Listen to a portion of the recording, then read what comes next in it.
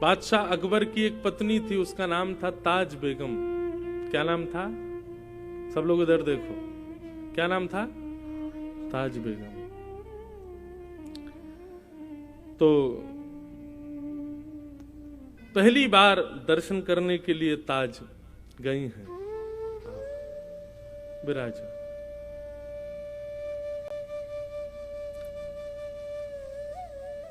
बोलो वृंदावन बिहारी लाल की। बहुत ध्यान से सुनना। ताज बेगम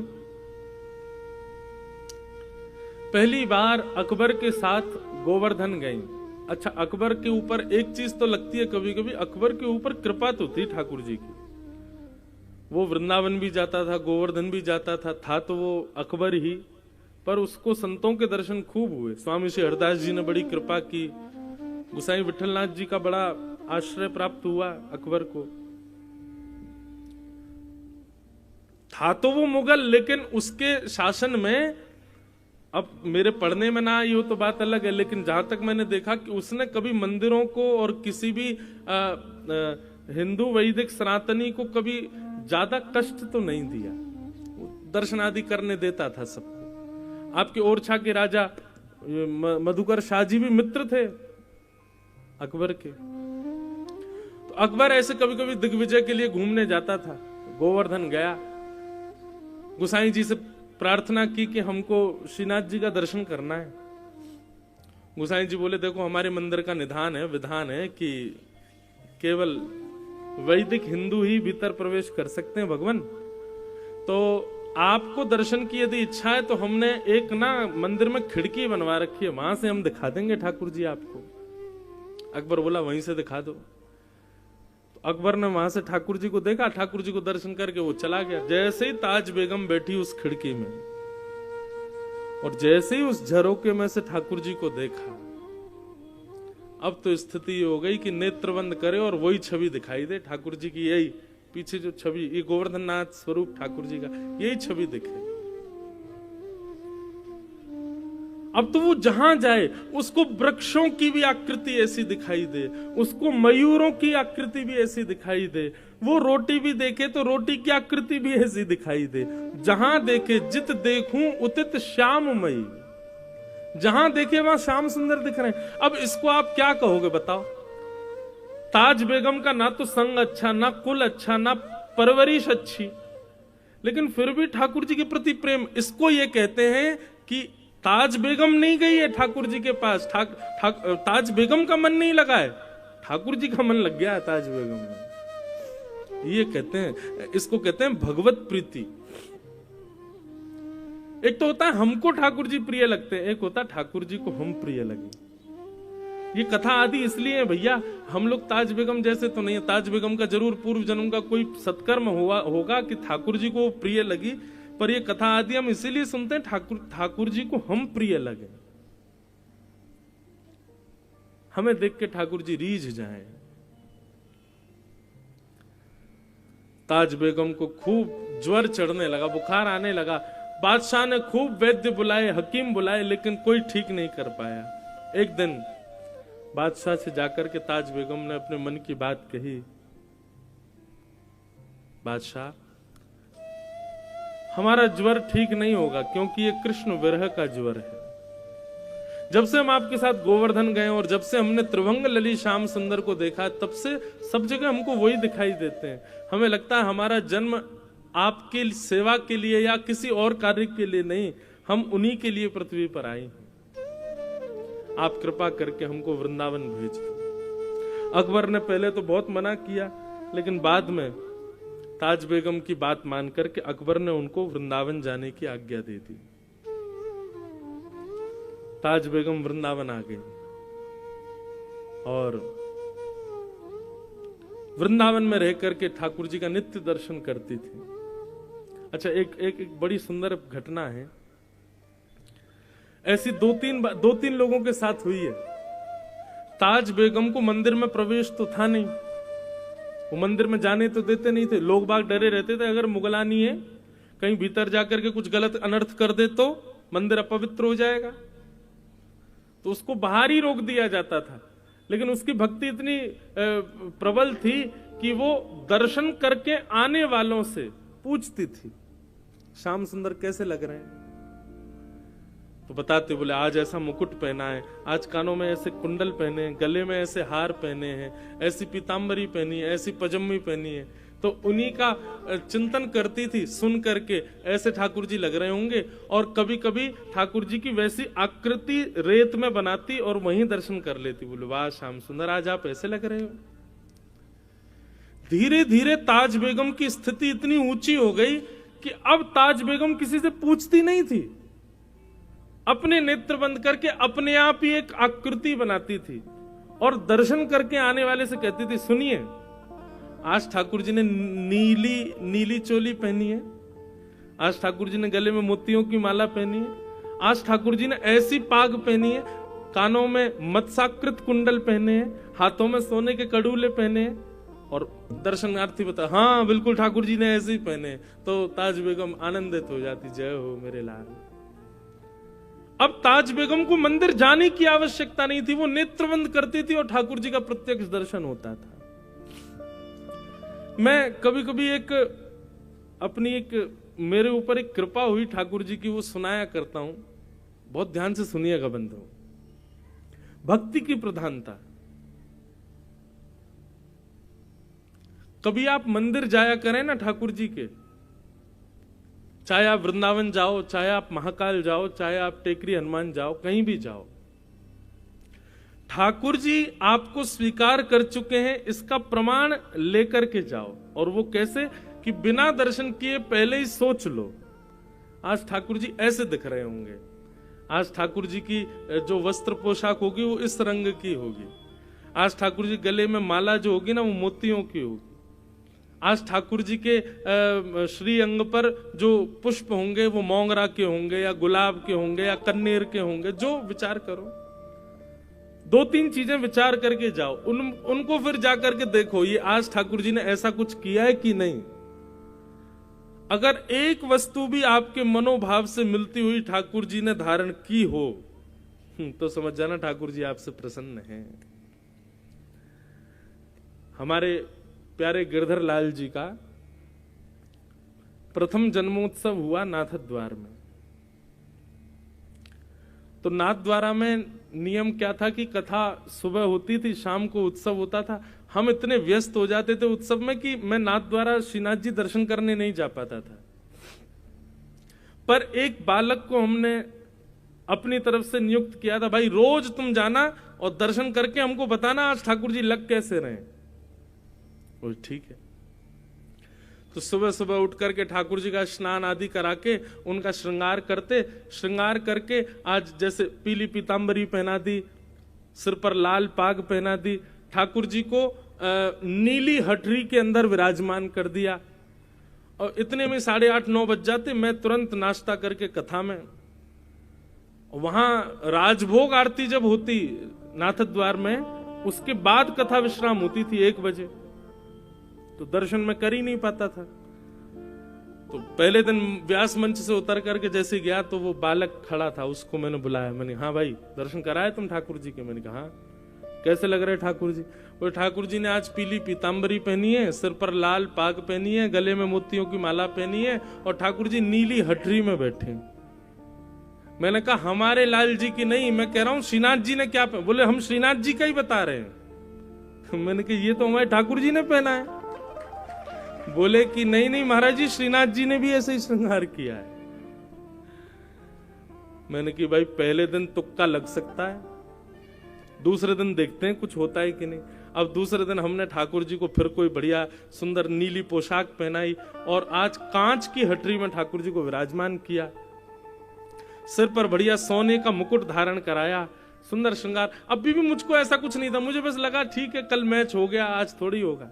कथा करने गए, कथा करने के बाद मंच से उतर के मन, हाँ भाई आज श्रीनाथ जी कैसे लग रहे हैं?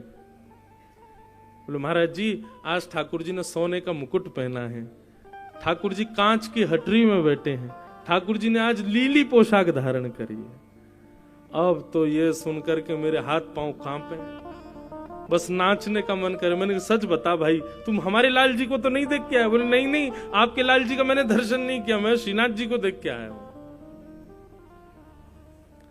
मैंने कहा चल 2 दिन तो मिल गए। मैंने कि कुछ ठाकुर जी संकेत तो नहीं कर रहे? बोले पता नहीं महाराज जी। तो हमने क्या किया, अगले दिन मैंने कि आज ठाकुर जी को ऐसा कुछ पहनाऊंगा जो मैच ही नहीं होगा। हमने अपने लाल जी को सेहरा पहना दिया, दुल्हा बना दिया। मैंने आज दुल्हा बन के दिखा। सेहरा पहनाया, सफेद पोशाक पहनाई, लाल चुनरी उड़ाई, वो लाल पटका पहनाया ठाकुर जी को, बहुत सुंदर श्रृंगार। और आज ठाकुर जी मोतियों की हटरी में विराजमान किए। अब मेरा कथा में मन नहीं लगे, मुझे यूं लगे कब कथा पूरी हो मैं उससे पूछूं आज क्या पहना है। कथा विश्राम हुई। विश्राम होते कौन प्रणाम कर रहा है, कौन माला पहन, मुझे कुछ नहीं, मुझे वही दिख रहा था। मैंने जल्दी आ इधर। मैंने कि सही सी बता, आज ठाकुर जी ने क्या पहना है? बोले आज तो ठाकुर जी दुल्हा राजा बन के बैठे हैं। मैंने कहा जय हो, बोल श्रीनाथ प्यारे की। उस समय की स्थिति में व्यक्त नहीं कर सकता हृदय से। इतना रोना आया, इतना ठाकुर जी को हृदय से लगा के आनंदित हुए। जय हो ठाकुर जी, आज ऐसा लगा कि मानो उत्सव आपने स्वीकार किया। हम अपने ठाकुर जी का श्रृंगार करते और वो श्रृंगार अपने आप वहां श्रीनाथ जी का भी वैसा ही होता। यह है भक्ति। और ऐसे स्वीकारीकरण ठाकुर जी व्यक्त करते हैं। तो आप कभी कभी वृंदावन आते हैं, पहले ही सोच लिया करो बिहारी जी आज अगर आपने ऐसा कुछ पहन रखा होगा तो हम समझ जाएंगे आप हमसे प्रसन्न हो। और सही माने संग में 2-3 लोगों को रखना संभालने के लिए। यदि आपने जैसा सोचा वैसे ठाकुर जी दिख गए तो हो सकता है अटैक भी पड़ जाए, आपको बच नहीं पाओगे। कई 2 लोग चाहिए होंगे, भाई हमको संभाल लेना तुम कैसे भी, क्योंकि लगेगा कि वाह ठाकुर जी आज तो श्रृंगार मानो मैंने ही किया है आपका। तो ताज बेगम के साथ ऐसा होने लगा कि पहले तो वो पूछती थी कि ठाकुर जी कैसे दिख रहे हैं और वैसी आकृति बनाती थी और उस आकृति का दर्शन करती थी। पर धीरे धीरे उसके मन में अब वो जैसा मन में विचार करती थी और दर्शनार्थियों से पूछती थी कि ठाकुर जी आज ऐसे दिख रहे हैं क्या? सब कहते बोले हाँ ऐसे ही दिख रहे हैं। ताज बेगम खूब नाचती। ताज बेगम का एक पद है मुझे बहुत प्रिय लगता है। सोनो दिल जानी मेरे दिल की कहानी। मुगल थी ना इसलिए मुस्लिम शब्द है, उर्दू शब्द है उसके पद में। सोनो दिल जानी मेरे दिल की कहानी, तेरे हाथ हूँ बिकानी, तेरे हाथ हूँ बिकानी, बदनाम भी सहूंगी। सुनो दिल जानी मेरे देव पूजा ठानी में, नवाज हूँ भुलानी तजे, कमला कुरान तेरे गुणन गहूंगी मैं। सुन दिल जानी मेरे दिल की कहानी, तेरे हाथ हूँ बिकानी, तेरे हाथ हूँ बिकानी, बदनाम भी सहूंगी। सुन दिल जानी नंद के कुमार कुर्बान तेरी सूरत पे, नंद के कुमार कुर्बान तेरी सूरत पे, हो तो मुगलानी हिंदुआनी हूँ रहूंगी। सुनो दिल जानी मेरे दिल की कहानी, तेरे हाथ हूँ बिकानी, तेरे हाथ हूँ बिकानी, बदनाम भी सहूंगी। सुन दिल जानी सांवला सलोना सिर ताज सिर कूले दिए सांवरा सलोना, सिर ताज सिर कूले दिए तेरे नेह दाग में निदाग हूँ रहूंगी। सुन दिल जानो मेरे दिल की कहानी, तेरे हाथ हूँ बिकानी बद नाम भी सहूंगी। सुन दिल जानो। ये बादशाह अकबर की पत्नी ताज बेगम, उनका जो शरीर शांत हुआ ना, वो कथा भी बड़ी विलक्षण है। होली का दिन पूरे ब्रजमंडल में रंग धमार हो रही थी और ताज बेगम अपनी कुटिया में बैठे बैठे ठाकुर जी का दर्शन कर रही है। लेकिन आज के दर्शन में यह था कि सब दिख रहे हैं लेकिन उसको ठाकुर जी नहीं दिखाई दिए। बहुत ध्यान से सुनना। ताज बेगम एक पद लिखती है धमार का, आज भी नाथद द्वार में होली वाले दिन जब ठाकुर जी के कपाट खुलते हैं ना, तो ताज बेगम की धमार गाई जाती है ठाकुर जी के आगे, जो ताज बेगम ने लिखी, अपने अंतिम शब्द थे उसके।